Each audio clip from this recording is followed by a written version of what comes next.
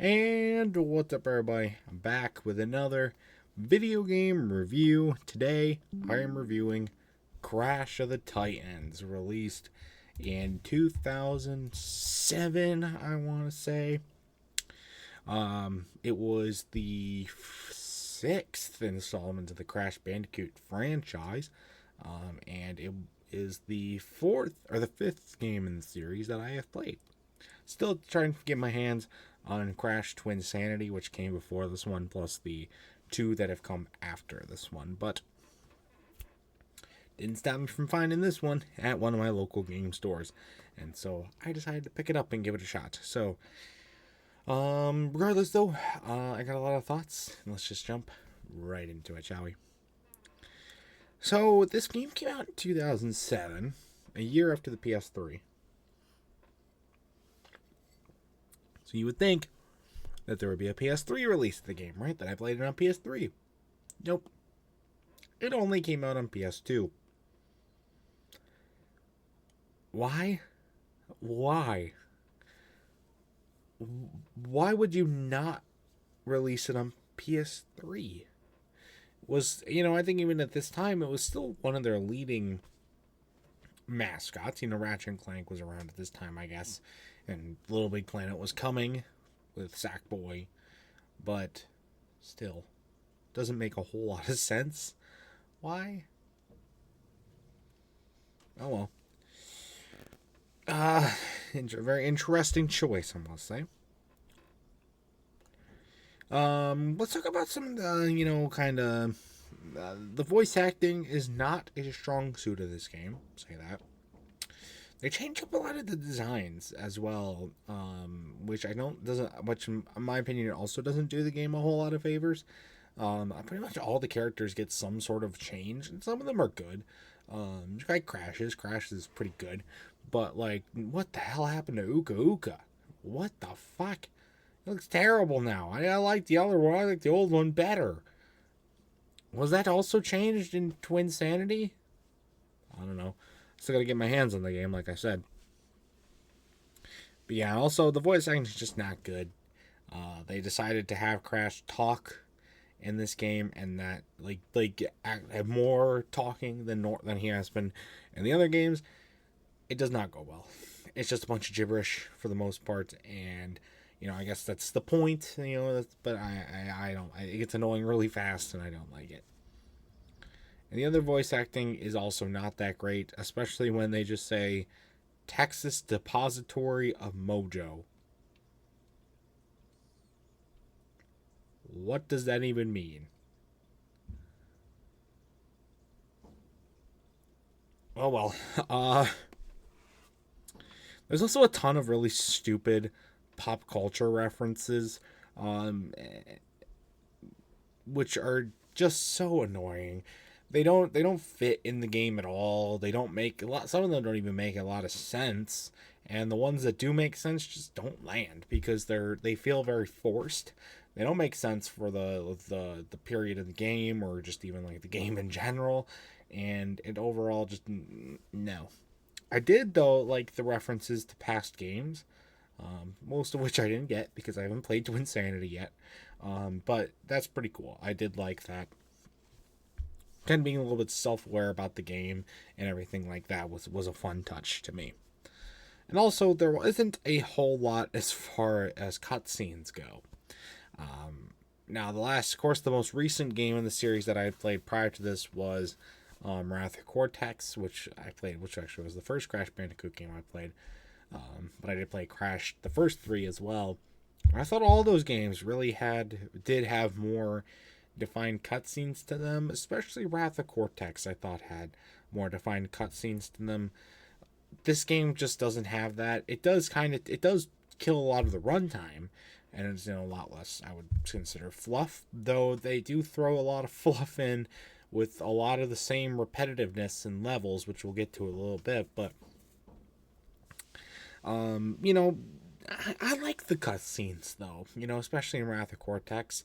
I liked them. They, felt natural, and they were also a lot of fun.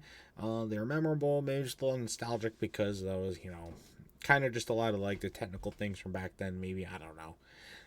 But yeah, it's kind of disappointing. Now let's talk about another thing I don't like is that I think a lot of the elements of this game feel a little cheaped out, in my opinion. The jumps are really annoying, not nearly as annoying as Wrath of Cortex, I will give it that, but still pretty annoying. The attacks just feel very generic. They don't, a lot of them don't have a whole lot of substance to them. There are new-ish types of attacks, and they're okay. The enemy variation is not good at all. There's a lot of the same enemies everywhere you go.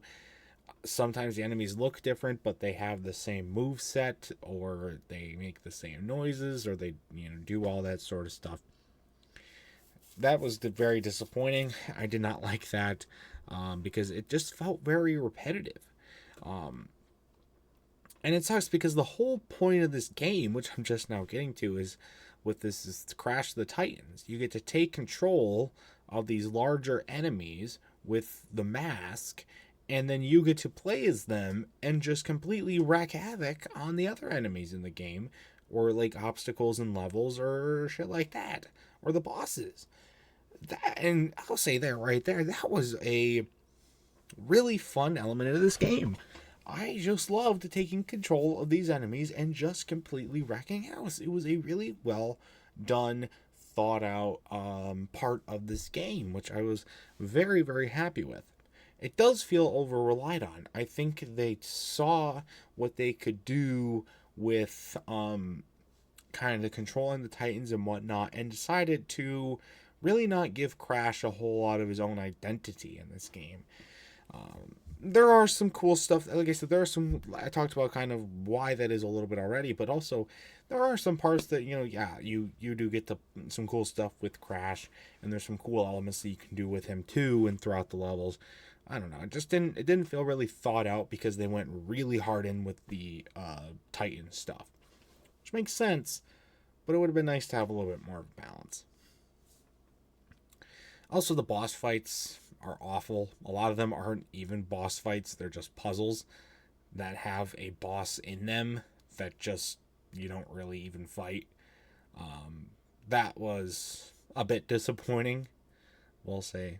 But the ones that you do fight them, they're okay. It's alright. It's alright. It's just alright. But, I don't know. This game was just a whole lot of mid to me. A lot of people back then, I think, felt the same way. The game's starting to get a much higher reception now. But for me, nah. Definitely at the bottom of the list for Crash Bandicoot games that I've played so far. But like I said, I still want to get to the other three that I haven't played yet. Because maybe they're worse, but hopefully they're better. So, with that said, my final score for Crash of the Titans. I will say, though, it's still a pretty fun game. If you're a Crash Bandicoot fan, I would 100% pick this game up if you haven't already. It's a fun game, there's some really fun elements to it still, and, it does have that base level of quality that you would expect. It's not a super long game, not necessarily a super difficult game either, outside of a couple of points where I might have gotten a little bit stuck just because it wasn't necessarily super clear what you had to do.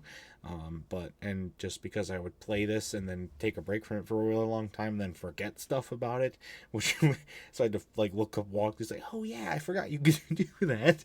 So that's partially on me, but still, I think it's worth trying, especially if you, like I said, I found it, I think it was like $10, $15, and I found this game for it. It was a good condition game. I think that was worth it for the try. But otherwise, that's going to do it, though. Like I said, my final score, I'm probably going to give it a good 6. Seems a little high. Maybe 5.5. Get a 5.5 out of 10. I think that's a good rating for it. So, but anyways, guys, that's going to do it for this video. You've played Crash of the Titans. I'd love to know your thoughts about it in the comment section down below. And that's going to do it for this video as well. So stay tuned for much more amazing content, including more video game reviews and other awesome stuff. And until next time, see you guys later. Goodbye.